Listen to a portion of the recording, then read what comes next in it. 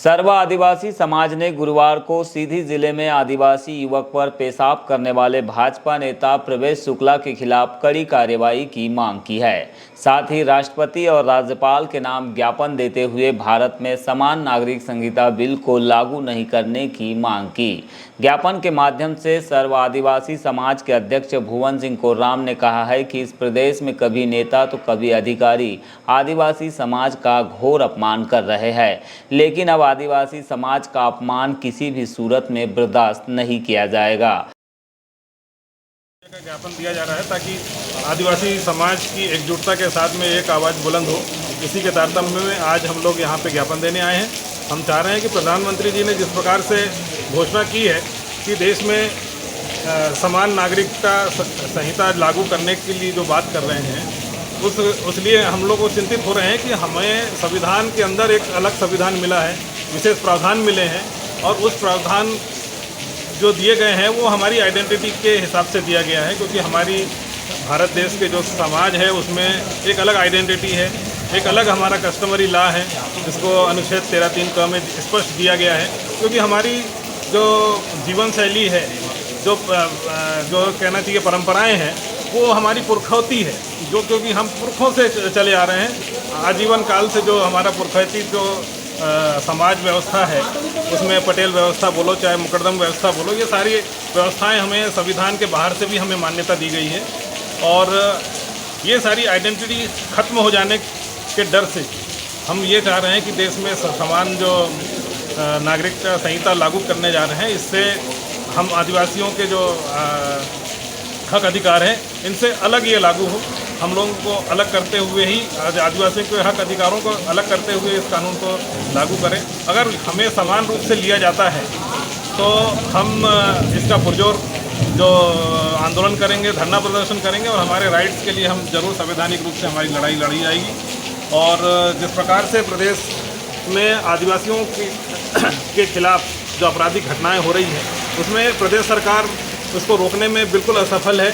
और कहीं ना कहीं हमको ऐसा लग रहा है कि वो अपने राजनीतिक वोट बैंक के चक्कर में जिस प्रकार से जो अपराधी यहाँ पे अपराधों को अपराध कर रहे हैं, उसमें कहीं ना कहीं संरक्षण, राजनीतिक संरक्षण है। और प्रदेश सरकार जो अभी जो सीधी में जो घटना हुई है वो भी बीजेपी सरकार के ही नुमाइंदे हैं और उस पर जो कार्रवाई की गई है उसको हम चाहते हैं कि उस कार्रवाई को जुडिशियली प्रक्रिया के तहत एट्रोसिटी एक्ट लगाया जाए और उसके तहत सज़ा दी जाए उसे। और ऐसी ही घटना हमारे बालाघाट ज़िले में भी हो रही है। जैसे अभी धर्मशाला में एक जो राष्ट्रीय मानव कहलाने वाली जाति है बैगा प्रजाति, उसको प्रताड़ना का शिकार हुआ। लेकिन प्रताड़ना शिकार इतना हुआ कि उसने अपनी आत्महत्या करके अपनी जीवन लीला समाप्त कर ली और उसके खिलाफ में अभी भी प्रशासन ने जो मुकम्मल कार्रवाई करनी थी वो नहीं की है। भाजपा विधायक के पूर्व प्रतिनिधि प्रवेश शुक्ला द्वारा आदिवासी युवक पर पेशाब करने की घटना के खिलाफ कांग्रेस कमेटी के द्वारा भी विरोध जाहिर करते हुए पुलिस अधीक्षक बालाघाट को ज्ञापन सौंपा गया। इस संबंध में कहा गया कि यह एक शर्मनाक घटना है जिसकी जितनी निंदा की जाए कम है।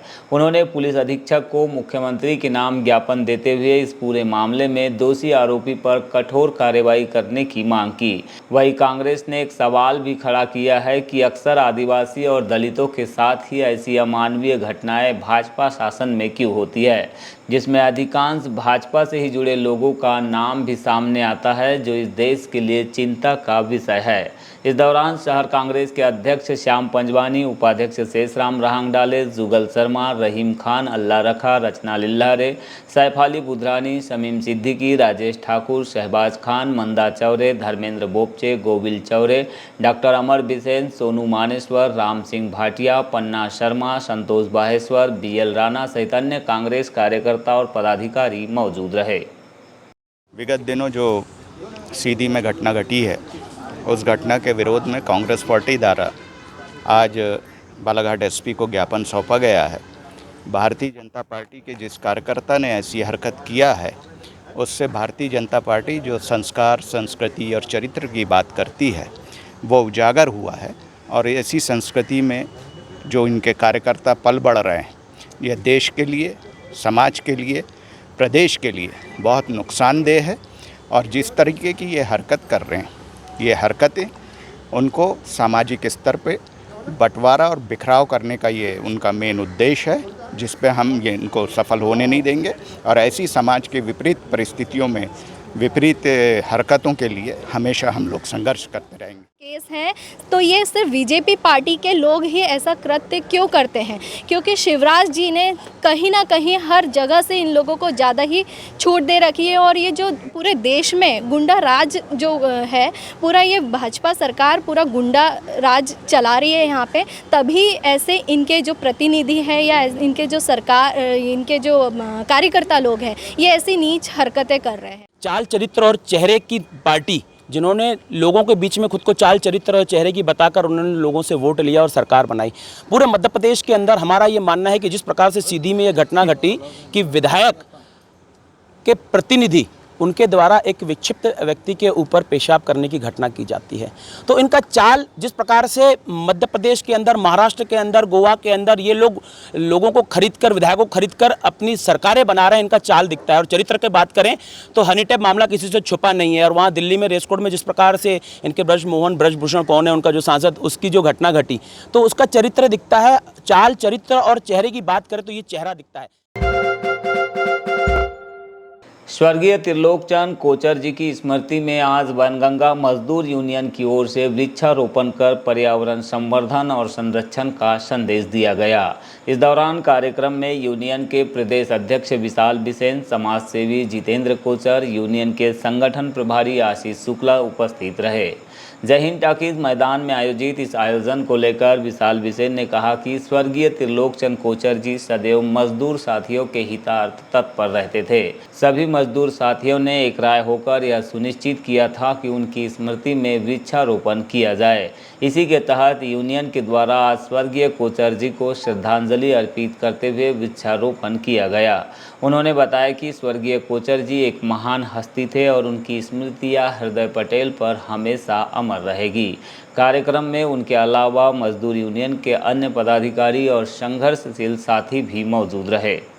वृक्षारोपण का आशय यह है कि जैसे कि आप सभी जानते हैं कि हमारे क्षेत्र के समाज से भी कहना चाहिए कि हमारे बालाघाट जिले की बहुत बड़ी हस्ती रहे स्वर्गीय त्रिलोकचंद जी कोचर हमारे बीच में नहीं है। और उन्होंने हमारे मजदूर यूनियन के तो मजदूर साथियों के स्वास्थ्य के प्रति बहुत सारे सहयोग हमें प्रदान किए अपने जीवित रहते हुए। कई मेडिकल कैंप जो है हमने उनके भरोसे ही जो है मजदूरों के हित में ऑर्गेनाइज करवा पाए थे। कहीं ना कहीं आज हम उन कमी को महसूस कर रहे हैं। हमारे मजदूर साथियों ने आत्ममंथन करके तय किया कि क्यों ना एक वृक्ष, एक ऐसी चीज़ उनके याद में की जाए जो जीवन पर्यंत याद रहे। तो सभी ने तय किया कि वृक्ष जो है वो रोपा जाए, वृक्षारोपण किया जाए। आज जो ये वृक्षारोपण हुआ है ये वनगंगा मजदूर यूनियन के साथियों द्वारा स्वर्गीय त्रिलोकचंद जी कोचर की स्मृति में किया गया।